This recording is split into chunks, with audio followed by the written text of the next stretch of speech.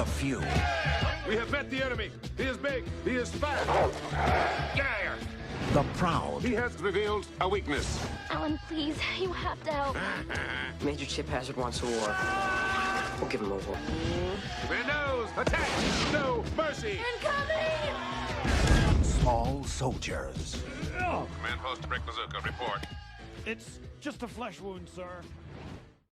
Hey everybody, Adam Sykes of the Blockbusters show here, and this is just a quick review of a movie that I rewatched while on Netflix. I remember loving this movie as a kid, and it still holds up very well today. Today's film is Small Soldiers. Small Soldiers is a family movie from 1998, and it's directed by Joe Dante of Gremlins 1 and 2 fame. The movie has a variety of different main characters. You have this kid who has been moved around from town to town to town because of a delinquent past, and eventually And now it seems like he's trying to clean his image and try to be more responsible and have his parents trust him. And that's the arc of the parents subplot, is that he wants his parents to believe in him and trust him. And of course that goes haywire in the middle of the movie when he's trying to tell them that the toys are alive and they think he's a crazy person. There's his love interest who says she has a thing for older guys, but of course when the toys start attacking and she's taken captive, he steps up and saves her, and they end up getting together at the end. I love it. There's a scene where they're talking to each other, and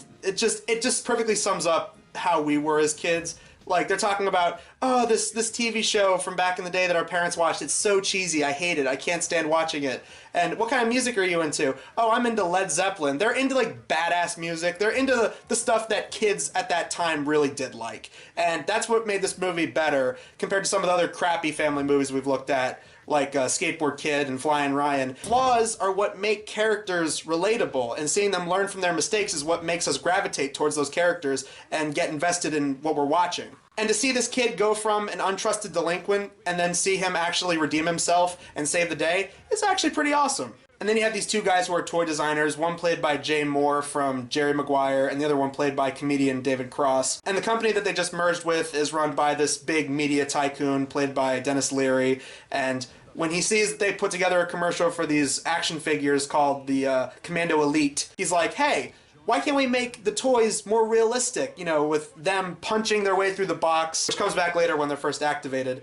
So his whole idea is, why don't we make the toys basically artificial intelligence? And they put in military-grade chips into the toys, and they also remarket David Cross's idea for toys, and Dennis Leary just remarkets them as they're the enemy, they're supposed to be lame and weak, and they go up against the Commando Elite, who are supposed to be the badass military types, and it's totally a toy that kids are gonna love. We just gotta market it as radical, which, let's be honest, that is exactly how those kind of toys were marketed back then. And that's another thing I liked about this movie, the subverting expectation. The toys are always marketed as the Commando Elite are the good guys and the Gorgonauts are the bad guys.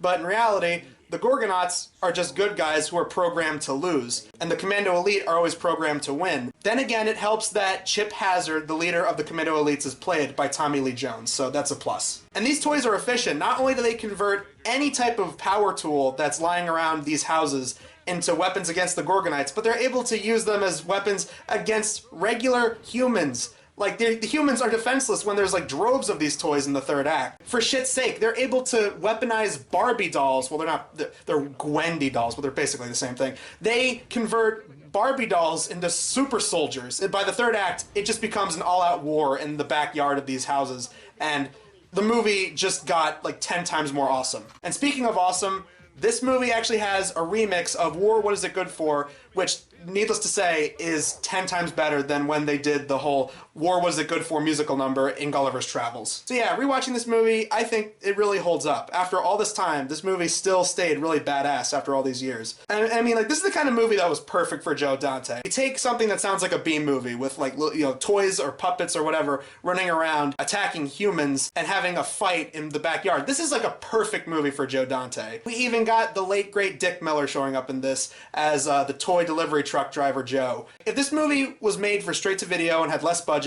and they played up more horror aspects, it would definitely be a Charles Band film. Or alternately, if they tried playing this off as more of a family-friendly film and have it that, you know, oh, the toys are alive and it's all wacky and happy, then it would definitely be one of those movies by, like, New Concord, you know, like Flying Ryan and Skateboard Kid. So So yeah, in conclusion, Small Soldiers, highly recommended. There's 2 more Blockbuster videos coming up, so look forward to those. The next video we're going to be looking at yet another childhood classic. We're going to be looking at Big Fat Liar. So look forward to that. Until then, I'm Adam Sykes of The Blockbuster Show, and we will see you guys in the next video.